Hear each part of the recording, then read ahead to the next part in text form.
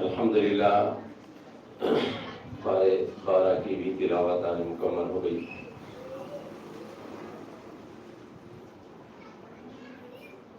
ان دو باروں کے اندر جو باتیں اللہ تبارک و تعالیٰ نے ذکر فرمائی ہیں، خلاصے کے طور پر چند ایک چیزیں ہمارے سامنے ہیں، جس کے اندر اللہ تبارک و تعالیٰ نے بطور خاص فرمایا کہ ان اللہ اشتری من المؤمنین انفسهم واموالهم بان لهم الجنہ۔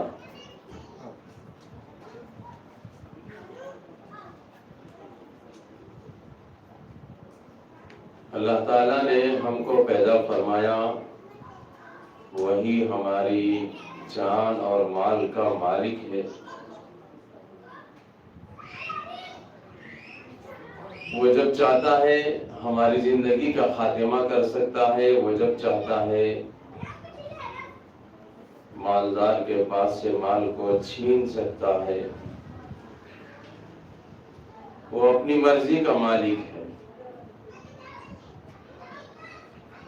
لیکن اللہ نے فرمایا کہ اس نے ہماری جان اور مال کو جنت کے بدلے خرید لیا ہے۔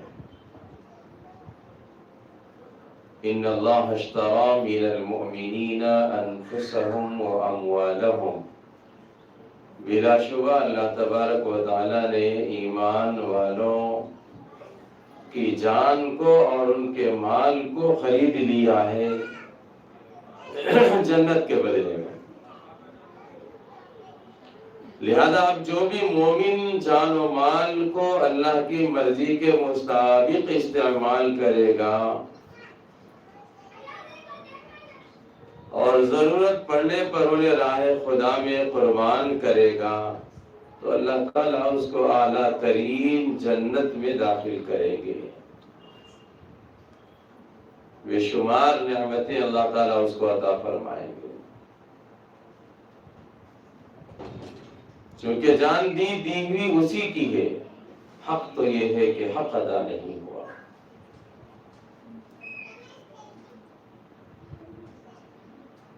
سب کچھ ہمارے پاس جو دیا ہوا ہے وہ اللہ ہی کا ہے۔ ہمیں چاہیے کہ ہم ان سب کو اللہ کی مرضی اور منشا کے مطابق ہی گزاریں۔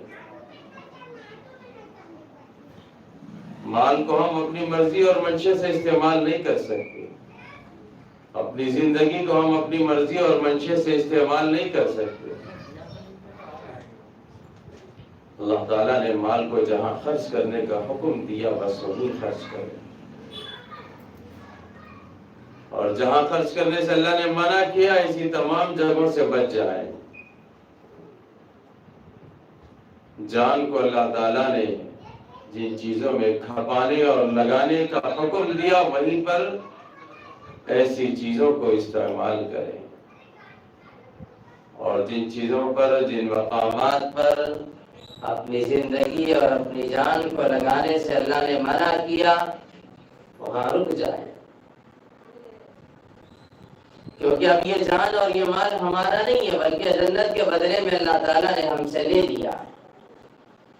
ظاہر بات ہے جب وہی مالک ہے ہماری تمام چیزوں کا، تو مالک کی مرضی اور منشا کے خلاف اگر ہم کریں گے تو ناکام ہو جائیں گے۔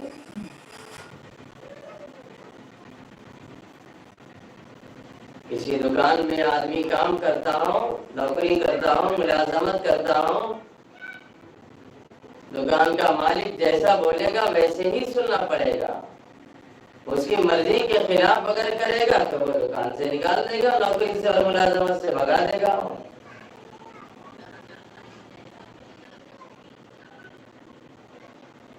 اسی طرح کرائے کا مکان ہوتا ہے، تو جس طرح مکان مالک نے رکھنے کے لیے کہا ہے اسی طرح رکھنا پڑے گا۔ ہم اپنی مرضی سے اس کے اندر کچھ بھی تبدیلی نہیں کر سکتے۔ ایسا نہیں کہ بھائی دروازہ یہاں ہم کو اچھا نہیں گرا، ہم یہاں توڑ دیں گے دوسری جگہ لگا دیں گے، وینٹیلیشن ادھر سے اچھا نہیں لگ رہا ہے دوسری طرف سے لگا دیں گے، یہاں بند کر دیں گے۔ نہیں کر سکتے نا ہم اپنی مرضی سے، کیوں؟ اس لیے کہ ہم اس کے مالک نہیں ہیں۔ جب ہم مالک نہیں ہے تو ہم اس کے اندر کچھ بھی تصرف نہیں کر سکتے۔ مالک مکان کی مرضی اور اس کی اجازت کے بغیر ہم کچھ نہیں کر سکتے۔ بالکل اسی طرح ہماری جان اور مال کو اللہ تعالیٰ نے جب جنت کے بدلے میں خرید لیا ہے اور ہمیں عاریت کے طور پر استعمال کرنے کے لیے اللہ نے دیا ہے، تو ہمیں ایسے ہی استعمال کرنا پڑے گا جیسے اللہ کی مرضی۔ مرضی مولا کے خلاف اگر ہم کام کریں گے تو گرفت میں آ جائیں گے، پکڑے جائیں گے، اللہ تعالیٰ مواخذہ کر لیں گے، پوچھیں گے۔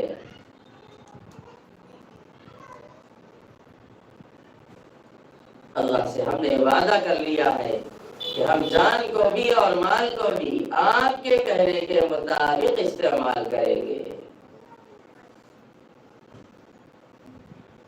اب اللہ سے کیے گئے اس وعدے کو اور اس عہد کو پورا کرنا پڑے گا۔ نعمتیں اللہ تعالیٰ کی دی ہوئی ہے، جان دی ہوئی اللہ کی ہے، مال دیا ہوا اللہ کا ہے، ہمیں اس پر اللہ کا شکر اور احسان ادا کرنا چاہیے، احسان فراموش نہیں بننا چاہیے۔ لیکن ہوتا کیا ہے سماج میں اور معاشرے میں، زمانے میں ہم لوگ دیکھتے ہیں، سوسائٹی میں ہماری نظر پڑتی ہے تو ہمیں کیا پتا چلتا ہے کہ تھوڑا سا مال و دولت زیادہ آ جائے تو انسان مغرور بن جاتا ہے، اترانے لگتا ہے، اور تھوڑی سی مصیبت بھی آ جاتی ہے، کوئی پریشانی آ جاتی ہے، بیماری گھیر لیتی ہے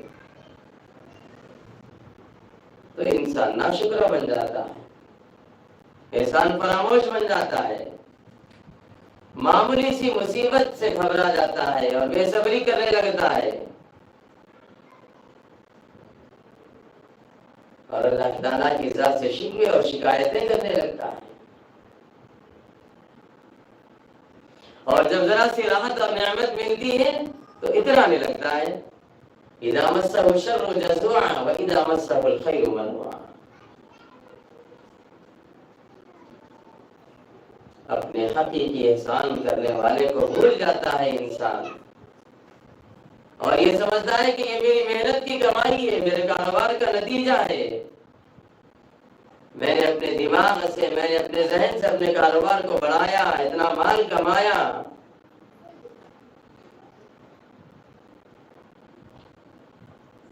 وہ یہ سمجھتا ہے کہ مال میری محنت سے، میری کمائی سے مجھے ملا ہے، حالانکہ یہ مال اللہ کا دیا ہوا ہے۔ انسان کو چاہیے کہ وہ کبھی نہ اترائے مال کے اوپر، دولت کے اوپر، عہدوں کے اوپر، منصبوں کے اوپر۔ اچھی پوزیشن میں اللہ تعالیٰ نے رکھا ہے تو اللہ کا شکر ادا کرے۔ کیا کرے گا انسان زمین کے اوپر، دنیا کے اندر اکڑ کر، اترا کر؟ لا تمشی فی الارض مرحا، اللہ تعالیٰ نے فرمایا کہ زمین میں اکڑ کر مت چلو، اترا کر مت چلو۔ انک لن تخرق الارض ولن تبلغ الجبال طولا، نہ زمین کو پھاڑ سکتے ہو نہ آسمان کو چھو سکتے ہو، پھر کیا فائدہ بھائی خاندانوں میں اترانے کا؟ نہیں کرو۔ اللہ تعالیٰ نے جو مال دیا وہ سمجھو کہ اللہ کا دیا ہوا ہے، ہمارا کچھ نہیں ہے۔ اللہ نے حسن و جمال دیا، اللہ تعالیٰ نے ہمیں وجاہت دی، اللہ تعالیٰ نے ہمیں اچھی پوزیشن دی، تو ہمیں اللہ کا شکر ادا کرنا چاہیے، احسان فراموش نہیں بننا چاہیے، اللہ کو یاد رکھنا چاہیے اس موقع پر۔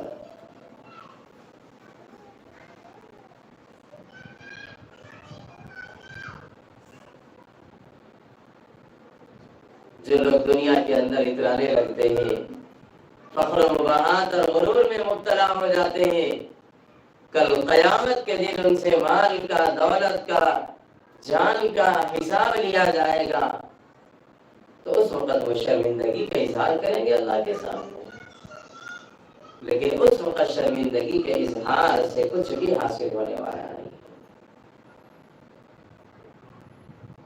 جو لوگ آج دنیا میں مال و دولت کمانے کے پیچھے پڑے رہتے ہیں، کفر و شرک اور گناہوں میں زندگی گزارتے ہیں، جب وہ قیامت کے دن عذابات دیکھیں گے، اللہ تعالیٰ کی طرف سے پکڑ دیکھیں گے، تو اس دن نادم ہوں گے، شرمندہ ہوں گے لیکن یاد رکھے دوستوں اور بزرگوں، ماں اور بہنوں، ناظرین اور سامعین، کہ اس دن کی ندامت اور لوگوں کے سامنے ذلت سے بچنے کے لیے دنیا کا سارا خزانہ بھی فدیے میں انسان دینے کے لیے تیار ہو جائے گا، اور اللہ سے کہے گا کہ جتنی دولت ہے سب میں دے دوں گا، لیکن اس دن دنیا کی دولت، خزانے کچھ بھی کام نہیں آئیں گے۔ کفر و شرک سے بچ کر زندگی گزارنا پڑے گا۔ مومن ہے تو اس کو چاہیے کہ گناہوں سے بچ کر زندگی گزارے، اور اگر گناہوں کے ساتھ زندگی گزرے گی تو پھر ایسے لوگوں کو اللہ کے نزدیک سزا بھگتنی پڑے گی۔ کوئی رشتے ناتے، حسب نسب، مال دولت، عزت شہرت کام نہیں آئے گی خدا کے سامنے۔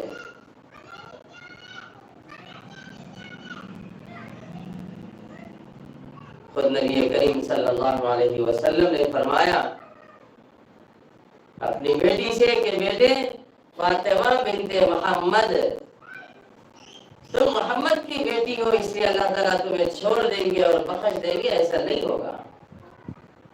اللہ تعالیٰ تمہارے اعمال کے بارے میں تم سے پوچھیں گے، تمہارے اعمال کا حساب تم سے لیں گے۔ کسی کو بھی اللہ تعالیٰ حسب و نسب کی بنیاد پر یوں ہی نہیں چھوڑ دیا جائے گا، اور یہی وہ مال ہے جو بسا اوقات انسان کی گمراہی کا سبب بن جاتا ہے۔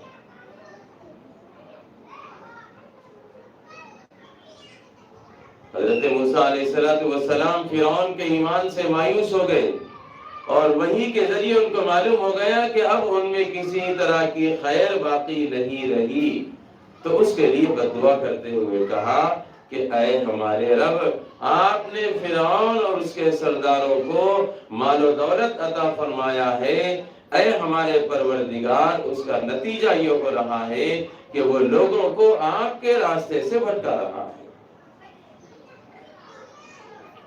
جب ان میں اور ان کے مال میں کوئی خیر باقی نہیں رہی تو ان کے مال کو تباہ اور برباد فرما دیجئے، اور ان کے کفر و شرک اور ظلم و ستم کو ہلاک کر دیجئے۔ ان کی اس بدامنی سے زمین کو پاک کر دیجئے۔ تو معلوم یہ ہوتا ہے کہ فرعون کا مال و دولت یہ انسانوں کی گمراہی اور خود ان لوگوں کی ہلاکت اور بربادی کا ذریعہ بن گیا۔ ایسا نہیں ہونی چاہیے کہ اللہ تعالیٰ نے جو بھی مال و دولت ہم کو عطا فرمایا ہے ہمیں اس کا شکر ادا کرنا چاہیے۔ یہ مال و دولت ہمارے لیے گمراہی کا ذریعہ نہیں بلکہ خیر کا سبب اور ذریعہ بننا چاہیے۔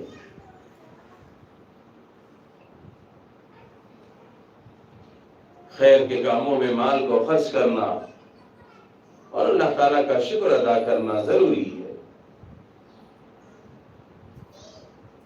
المال والبنون زینت الحیات الدنیا، یہ تو دنیا کی زیب و زینت کے لیے ہے، ضروریات زندگی ہے مال اور اولاد سب کچھ، لیکن باقی رہنے والی چیز والباقیات الصالحات خیر عند ربک ثوابا وخیر املا،